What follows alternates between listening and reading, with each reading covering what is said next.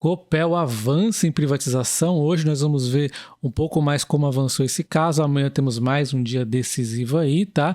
Bem-vindo ao canal Tapeações. Não esquece de deixar o like nesse vídeo, tá? E hoje mais cedo eu falei da Copel no Copel Day. Vale a pena você ver aquele vídeo que tem todos os planos da empresa, inclusive algumas coisas que podem mudar com a privatização eu já comentei. Vale muito a pena você ver aquele vídeo se você é acionista de longo prazo, tá? Então vamos às notícias, onde hoje os deputados aprovaram em primeiro turno o projeto que autoriza o governo do Paraná a vender a participação da Copel. Então, antes da gente falar da privatização, vamos entender que nem sempre privatização é sinônimo de preços caros, tá? Principalmente que as privatizações elas têm evoluído mais para um momento onde o governo ainda tem algum poder depois de privatizar, como a gente vê, por exemplo, a Golden Share aí da Eletrobras, e deve acontecer isso com a Copel também, tá? Dá uma olhada aqui na CPFL Energia, que foi privatizada, e na Copel. Aqui estão os custos de energia, tá? De modo geral, está muito próximo aqui, quanto mais para baixo, mais barato, né?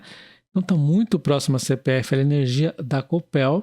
E a gente vê esse roxinho aqui, que é o custo de distribuição, também muito próximo, né? Um pouquinho mais barato a Copel mesmo, né? Mas isso aqui não é porque a CPFL é privatizada, então ela é mais cara por conta disso, não. Existe todo o custo também da região, né? Diversos fatores, eu vou destacar aqui um que vocês já vão entender de cara, que é os gatos, né? Então, assim, tem a dificuldade da região. A Copel atua numa região muito boa em relação a isso. Nós acabamos de ver hoje no Copel Day que eu mostrei lá, né? Uma região muito interessante, que faz a Copel uma das energias mais baratas do custo, né? No que diz respeito ao custo. E se o custo é mais barato, o preço vai ser mais barato. A CPFL Paulista também é boa, mas vamos dizer assim, é menos melhor, né? Então, isso aqui interfere, tem a própria eficiência ali das linhas da distribuição, né, na verdade, e isso aqui a CPFL Energia atuou pra caramba também, né, e a Copel vem atuando bastante também, né, e também a CPFL Paulista, que é uma região bem maior, né. Bom, então você entende que, com certeza, se eu subir esse gráfico aqui, a Light está lá em cima no custo de energia, vai estar muito mais caro, porque tem muito gato, por exemplo, né? Eu estou citando gato, que é o mais fácil da gente entender aqui. Então, com certeza vai ser mais cara a Light aqui na energia. Ela nem aparece aqui nas mais baratas, tá lá para cima.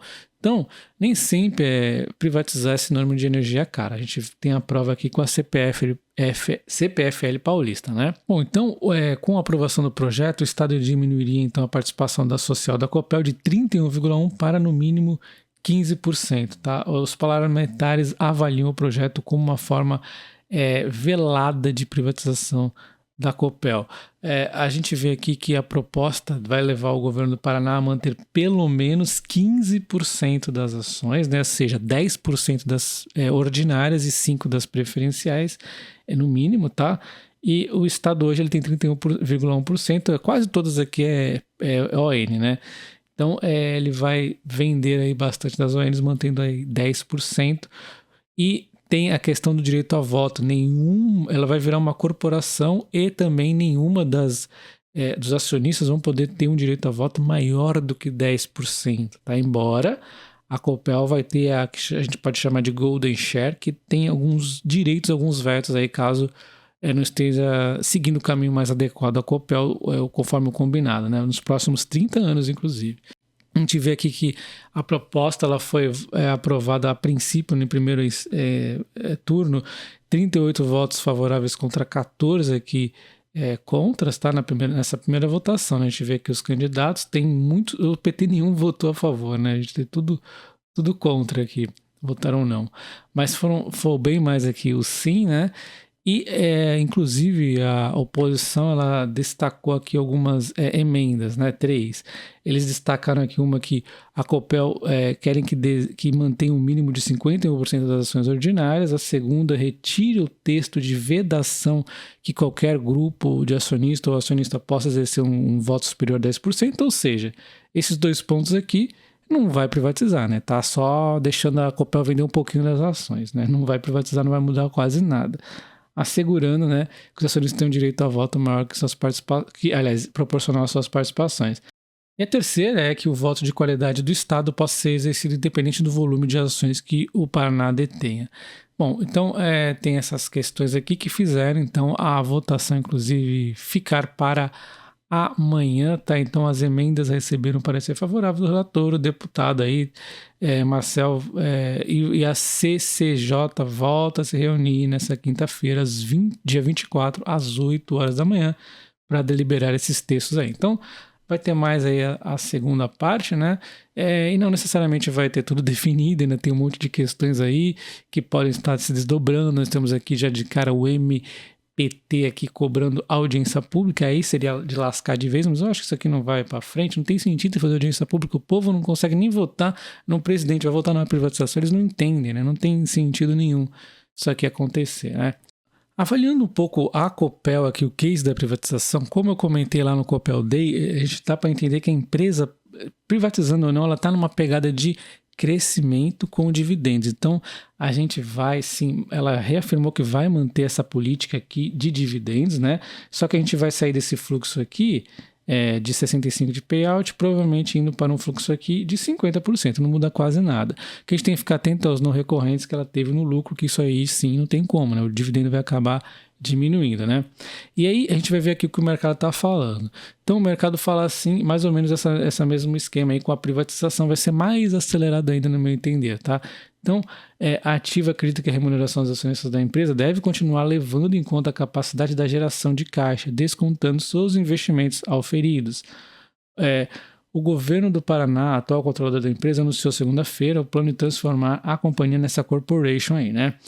Então a Ativa destaca aqui que acredita que a remuneração dos acionistas deve continuar levando em conta a capacidade de geração de caixa da empresa, descontando seus investimentos auferidos. E segundo eles, acreditam que as ações da Copel têm potencial para evoluir ainda mais, pois ainda estariam sendo negociadas com um desconto considerável frente aos pares privados, né? E aí, observe essa palavra, privados, aí que mora um pouquinho do perigo, porque ainda não está 100% garantida a privatização e já começam as comparações com os pares privados, né? E a Ativa também destaca a maior eficiência operacional, né, que a empresa vai conseguir adquirir, inclusive, né, com a questão da Foz do Areia que eu expliquei lá no Copel Day, né, ela não precisa mais vender a Foz do Areia caso ela seja privatizada aí, tá? Mas nós temos aqui outras opiniões de outros analistas, como por exemplo o analista da Harami Research. A gente não deve operar notícias quando está se investindo. Um bom investidor é aquele que consegue filtrar o que é fato relevante e o que é notícia, o que é informação do que é resultado. Verdade, né? Então isso aqui ainda não está concretizado conforme eu acabei de falar, né? Então é um pouco perigoso começar a comparar com as empresas privadas nesse momento.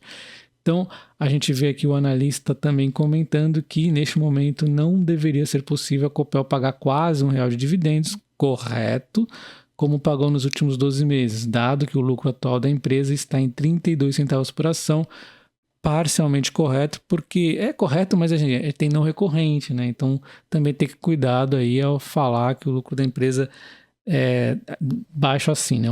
O analista destaca que acredita que vai dar uma secada no próximo ano os dividendos da empresa, porque 2023 deve ser um ano de vacas magras, o lucro da empresa vinha subindo em 2020 e 2021, porém houve uma queda significativa, né, no trimestre passado, mas assim, isso aqui é por conta exatamente dessa questão momentânea da empresa, né?